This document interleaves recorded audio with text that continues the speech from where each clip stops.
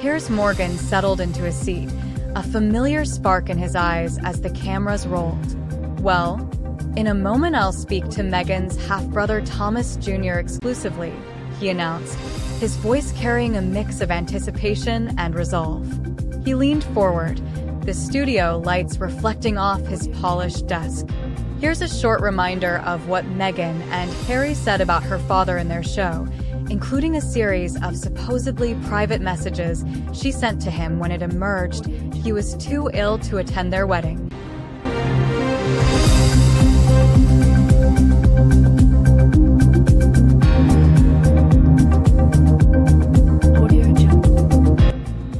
Welcome to iStudio. Joining me now is Meghan's half-brother, Thomas Jr. Thomas. Thank you for joining me. First of all, how is your father, Thomas Sr.? Thomas Jr. smiled, though a hint of weariness lingered in his eyes. "Oh, hey guys, it's good to be here. Dad is doing very well, making a lot of progress. He's in good spirits. Sometimes he doesn't feel that comfortable to actually make a live appearance, but he's doing very well." Piers nodded, his brow furrowed in concern. "You're there caring for him. He had a massive stroke, and I think at one stage, for quite a while, he lost the power of his speech. Has that returned now? Is he able to communicate with you?" Thomas Jr. sighed, a mixture of relief and lingering concern in his voice. "Yeah, his speech is definitely coming back. We're making a lot of progress with his speech therapy. For the most part, it's pretty normal. It just goes off after a few moments but comes back. So he's doing very well. I'm just very happy that I could be here every day for him since this happened." Let's begin with this clips of Meghan's heartfelt pleas. Paps and journalists and media were following him all day, every day. The unraveling happened that week when he wouldn't pick up my call. And instead you're talking to TMZ. He had a heart attack 6 days ago. Which is crazy. Calling. This is not him saying, "Oh, I don't want to be there." No, I get it. I know what I'm saying. And the world is watching this drama play out. He feels so. Of course, it's incredibly sad what happened. She had a father before this, and now she doesn't have a father. The conversation shifted, and Piers leaned in, his tone more direct. "Were you both watching the first half of this series today?" Thomas Jr. chuckled lightly, shaking his head. "Let's see. I think he was. He wasn't able to join us, though. I mean, he really wanted to be here. I was watching it, and I'm just glad I had my Studio Magic tear pen with me, so I could have a tear come out of my left eye while I was watching it." Piers couldn't help but smile at the remark. "I mean, that moment when Prince Harry, who has never met your father, says that Meghan has no father. What did you think of that?" Thomas Jr.'s expression darkened. "I think it's horrible. The documentary is so far off on so many different levels. It's just really disturbing. Saying that she doesn't have a family and she doesn't have a father, and then Harry saying that she has no father now. That's just ridiculous." Piers nodded in agreement, his voice steady. "Yeah, it's incredibly hurtful. I also have always had sympathy with your father because I felt that he was thrown to the wolves with no experience of dealing with this kind of intense media attention.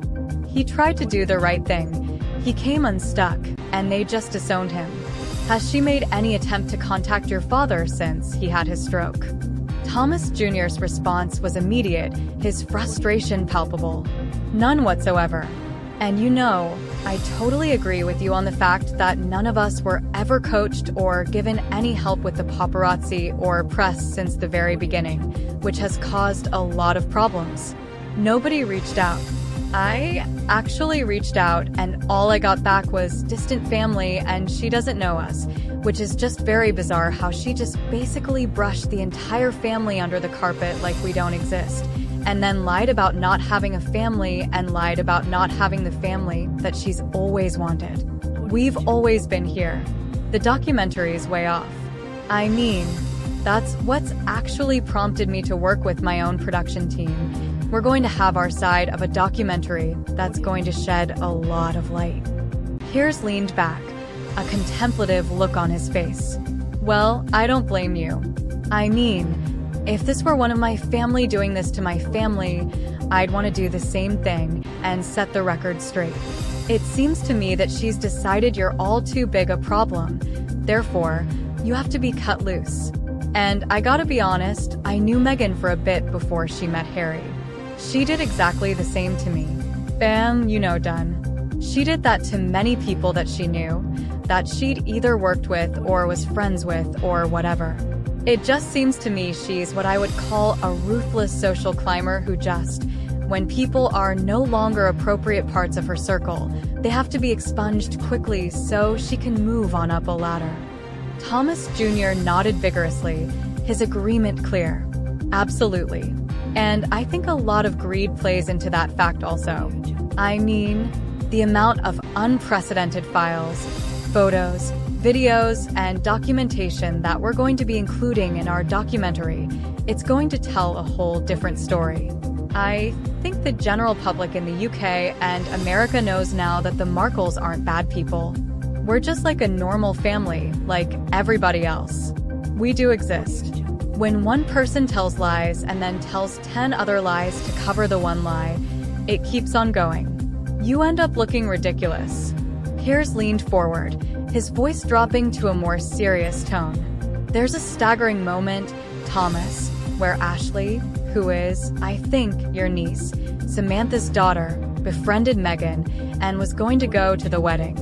Then Meghan is apparently advised by some flunky at the palace that it wouldn't be a good idea because Samantha's not invited. So, this is what Ashley had to say. I think I said I was hurt on some level, but I understood where it was coming from. To know that it was because of my biological mother that this relationship that's so important to me was impacted in that way.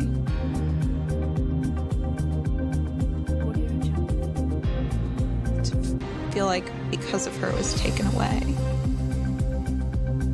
has been hard.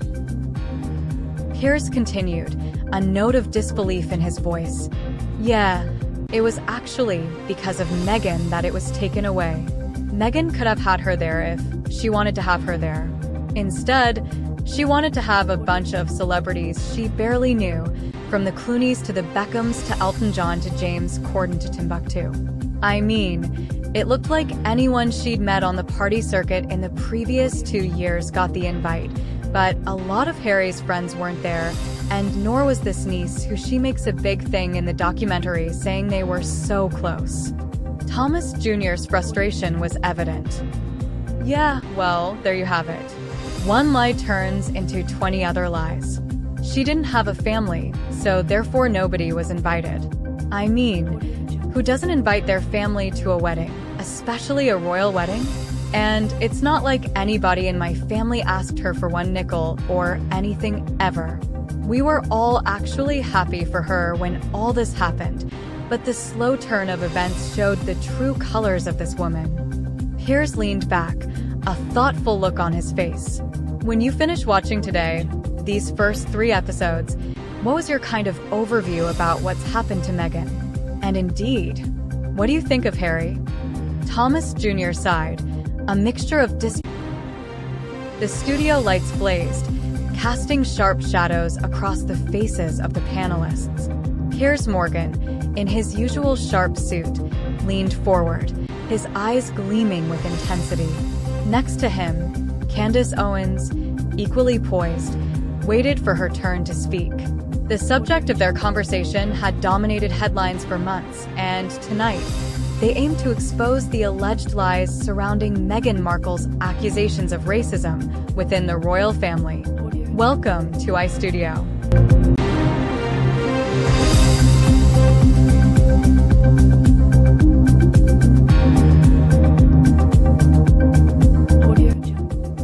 Candace Owens began with a measured tone, her words cutting through the studio's hushed anticipation. You go back and you look throughout Meghan Markle's entire career. She never wanted people to know that she was black.